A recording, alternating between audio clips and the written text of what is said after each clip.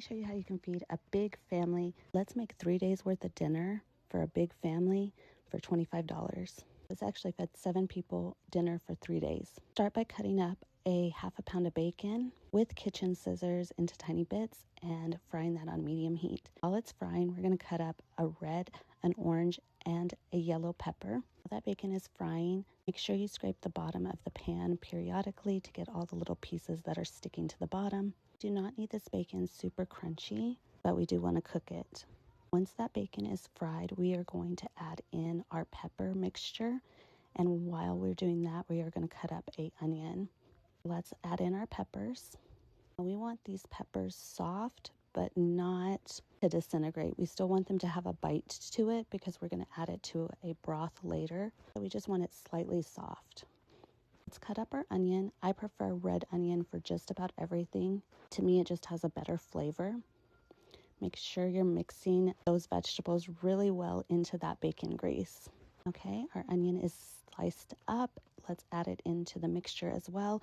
And same thing with the onion. We want it to be soft, but we do not want it cooked down too much. We still want it to have a little bit of a bite to it. And same, just like the peppers, we want to make sure we mix it well into that bacon grease. It's going to give everything a really good flavor. So mix that and cook that down for maybe about 5 to 10 minutes. This is one of my favorite recipes and it feeds a lot of people. Now, if you don't have as many people to feed, you could use less meat. That I'll show you in just a moment. So I'm going to start in a separate pan cooking 2 pounds of ground sausage, ground Italian sausage. Each package is about $3.50, but like I said, if you have less people to feed, you could just use 1 pound. I like to keep my meat for this particular dish in bigger chunks, which means it takes a little bit longer to cook all the way through. To both the vegetable mixture and also to the meat mixture, we're going to add a good spoonful of minced garlic. You can use fresh garlic if you like, but I'm going to add a spoonful to each. Make sure not to overcook your sausage. We want it to be cooked all the way through, but not burnt. Now we are going to separate the vegetables from the little broth it made at the bottom, the bacon grease, and the juices from the vegetables. And we're going to add the vegetable bacon mixture into the sausage. We're going to stir that and we're going to cook it about 5 more minutes and then we're going to set it aside. Now we're going to work on our sauce. So with that leftover oil vegetable mixture, we're going to start to make our cream sauce. With this, we are going to use pesto. We are going to use 8 ounces of heavy whipping cream, a jar of sun-dried tomatoes, about 3/4 of a container of this chicken broth. We are also going to use a jar of tomato paste and a can of diced tomatoes. I'm going to use diced tomatoes with green chilies. So let's start by adding a little tiny bit of olive oil. This is not a necessary step. It's just one I use. And then we're going to pour in that full container of heavy whipping cream into our pan on medium heat. So I do a lot of stirring in this dish just because I want everything well mixed and I also do not want anything sticking to the bottom. So we're going to start adding in 3/4 of this chicken broth. You're going to just save about 1/4 of the container of chicken broth because if you're reheating it for leftovers, each day you're going to want to add a little bit of chicken broth into your leftovers just because it helps it cook a little bit better. Then we're going to add 3 to 4 big spoonfuls, heaping spoonfuls of pesto. I really like that pesto. I get it from Target. It has a really, really good flavor, but you can get pesto at the Dollar Tree. I just prefer the one at Target. We're going to stir that in really well. Give it a good mix. As everything cooks together, the pesto and the tomato paste and stuff will separate a little bit better, but mixing just helps. I'm going to start just seasoning it a little bit. We're going to use a good amount of black pepper. No measurements needed, just your desired amount. A good amount of garlic powder. One seasoning I will not be using is salt because the bacon and some of the other ingredients are going to make it salty. That's my preference. We're going to add in a jar of sun-dried tomatoes. I like this one that's oil-based because it's going to help our pasta not stick.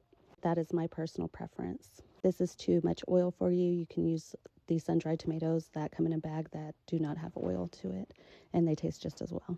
We're going to give that a really good mix as well. Sun-dried tomatoes are really good if you have not tried them. They give your food such a good flavor. I love them for soups and pastas. I'm going to add in my full can of diced tomatoes with green chilies. You can also just use regular diced tomatoes, but I love the one with green chilies, and I actually got this at the Dollar Tree. But I just think it gives the soup a little bit of a spice to it. Once I get that in, I'm going to add some more spices. First, I'm going to add in a full jar of tomato paste. This is going to help kind of thicken this a little bit. If you want it more of a soupy texture, then you can use less tomato paste, but I want it a little thicker, so I'm going to add the full can of tomato paste. Now let's start seasoning after we give that a good stir. You don't have to use these seasonings. Taste it, see what you think you need, but this is what I use. And also this dish is kind of a combination between Marry Me chicken, except no chicken, and Italian wedding soup. I'm going to use paprika, a good amount, garlic powder, sage, oregano, red pepper flakes, basil. You could also use fresh spices, or you could use just an Italian seasoning. You could really just use what you have, what you want to season it with. Sometimes heavy whipping cream washes out the flavors of other things, so I find that anytime you use heavy whipping cream, you almost have to over season things. As we're adding in each seasoning, we're going to just stir really well to get everything mixed up. And of course, I spilled a little bit. It's not cooking if you don't make some sort of mess, right? This is a really good dish, and like I said, it feeds a lot of people. This actually doesn't need to cook very much longer. Really, all we're doing is making sure we melt the pesto and the tomato paste all into the mixture and getting everything really well mixed together. Once I have this all mixed up, we're going to combine it with the sausage and peppers, and we're actually going to put it in a bigger pan, more of like a soup-like dish, so we can cook it a little bit all together. So that's what I'm doing now. I'm combining the two together. Then after we combine this together, we're going to cook it maybe 15-20 minutes on medium to low heat. I'm also going to add in some Parmesan cheese. It's definitely not necessary, and I'm going to add it while it's cooking just for a little bit added flavor and thickness. But this is not a necessary step, and you can always add it at the end if you prefer it that way as well. I'm going to boil some rotini noodles, and once those are boiled and drained, I'm actually going to add it to this mixture, and it's going to make like a soup type of dish. Now for my family, I'm going to make a salad, and I'm also going to make some pizza rolls and garlic bread as well, but it's just extras because we have a lot of people today that we are feeding for the next couple days, so I'm just adding that in. But this makes a lot of food, just the pasta soup itself, and it is so delicious. I'm going to add in some lettuce, some tomatoes, some cucumbers, some olives, some feta cheese, and some Italian shredded cheese to my salad, and also some mozzarella balls. So our salad is complete. We're going to put this in the refrigerator until dinner is ready. I am going to slice this baguette in half and put some garlic butter in the middle, and I'm also going to make some pizza rolls. I'm just stirring my mixture of soup just so make sure it doesn't burn at the bottom, even though the heat is pretty low because everything is done cooking. Slice up some cheese and pepperonis for my pizza rolls, and then we're just going to roll that into some croissants. And then once those are done, we're going to put some garlic butter on the top. My kids absolutely love these. They are so yummy. That's how they look when they are done. And I'm doubling the recipe. And here's our finished soup. So yummy, 10 out of 10.